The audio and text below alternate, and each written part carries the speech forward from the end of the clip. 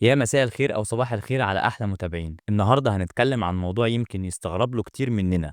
هنتكلم عن البر بالوالدين، بس مش عند البشر، لأ، هنتكلم عن البر بالوالدين عند الحيوانات.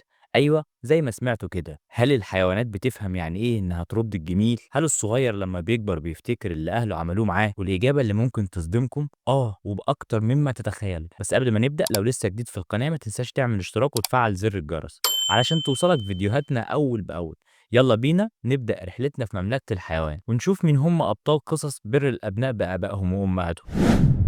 في قصة مشهورة حصلت في محمية في كينيا. كان في فيلة عجوزة اسمها ليدي، كانت خلاص كبرت في السن وما بقتش قادرة تمشي كويس، وكانت رجليها بتوجعها. تخيلوا بقى القطيع عمل معاها ايه؟ كانوا بيمشوا جنبها وبيدعموها بكتفهم علشان بس ما تقعش، ولما كانت بتقف علشان تستريح القطيع كله كان بيستنى عليها وما يسيبهاش لوحدها أبدا. كانوا بيبطئوا سرعتهم عشان تواكبهم، ولما كانت بتقع كانوا بيحاولوا يرفعوها تاني بخرطومهم. دي مش غريزة أكل وشرب، ده حب ووفاء ودعم بيخلينا نقف ونسقف ليهم. والأغرب بقى إن الفيل عندها حاجة شبه مراسم حزن على الميت. يعني لو فيل من القطيع مات تلاقيهم بيتجمعوا حواليه في صمت غريب، يقفوا بالساعات يلمسوه بخرطومهم ويمرروا ايديهم على جسمه كأنهم بيودعوه، وأوقات يجيبوا فروع شجر ويحطوها عليه زي ما يكونوا بيدفنوه بالظبط.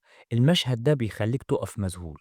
هو ازاي حيوان بيعرف يعني ايه فقدان وألم وفرقة؟ في سنة 2006 في كينيا مجموعة فيلة وقفت قدام جمجمة الفيل ميت من سنين.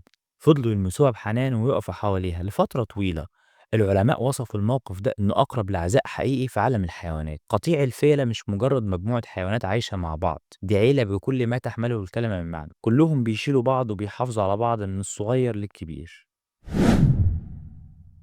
ونسيب الغابات الكبيرة بأسرارها وننزل مع بعض لعالم تاني تماما، عالم المحيطات الشاسعة اللي بيخبي جواه قصص أعمق من أي خيال.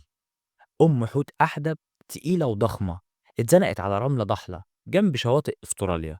الأم خلاص وقعت في ورطة كبيرة، البحر بيتسحب والمد بيقل وهي مش قادرة تتحرك ولا تطلع. وهنا بقى بيجي دور البطل، العجل الصغير. العجل الصغير شاف أمه بتعافر ومش قادرة تتحرك، راح داخل عليها وبدأ يزقها من جنب شوية ومن ظهرها شوية ومن الجنب التاني شوية، كأنه بيقول لها قومي يا أمي أنا معاكي. 40 دقيقة كاملة وهو بيلف حواليها، مرة يزق من الجنب ومرة من تحت، وكله همه إنها تتحرر.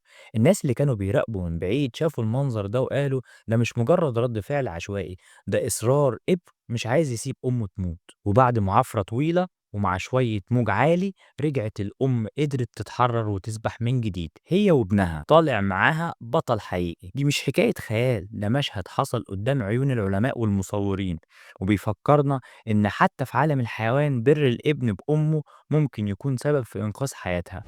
نرجع بقى للغابة من تاني، بس مع حيوان كلنا بنخاف منه، لكنه في الحقيقة من أكتر الحيوانات اللي عندها نظام عائلي مش موجود عند غيرها. بتكلم عن الذئاب. الذئاب بتعيش في قطعان، والقطيع ده يعتبر عيلة كبيرة. الأم والأب مش بس بيجيبوا عيال، لأ دول بيربوهم أحسن تربية.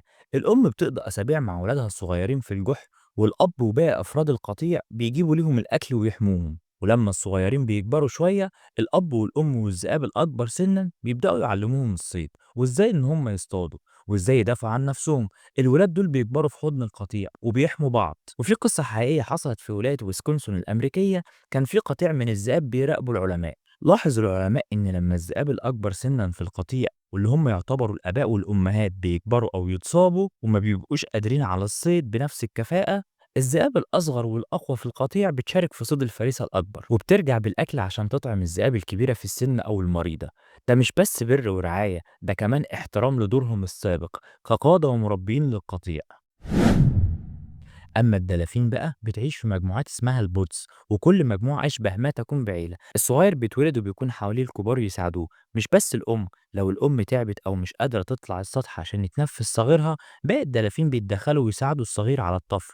وفكرة إن هم يساعدوا الأم في إنها تطلع ابنها للسطح فده شيء عادي إكراما للأم مثلا. أما اللي مش عادي اللي حصل في القصة دي، في خليج المكسيك العلماء وثقوا موقف لدلافين بتساعد أنثى عجوز كانت بتغرق. الدلافين حواليها رفعوها على ظهورهم علشان تقدر تاخد نفس، ومش مرة ولا اتنين، لكن لحد ما قدرت تستعيد قوتها. الوفاء هنا مش مع الصغار بس، ده مع الكبير والمريض كمان. إنما الفكرة اللي معروفة عن الضباع إنها مجرد كائنات شرسة ومفترسة، أنا النهاردة جاي أغير لك فكرتك عنها تماما.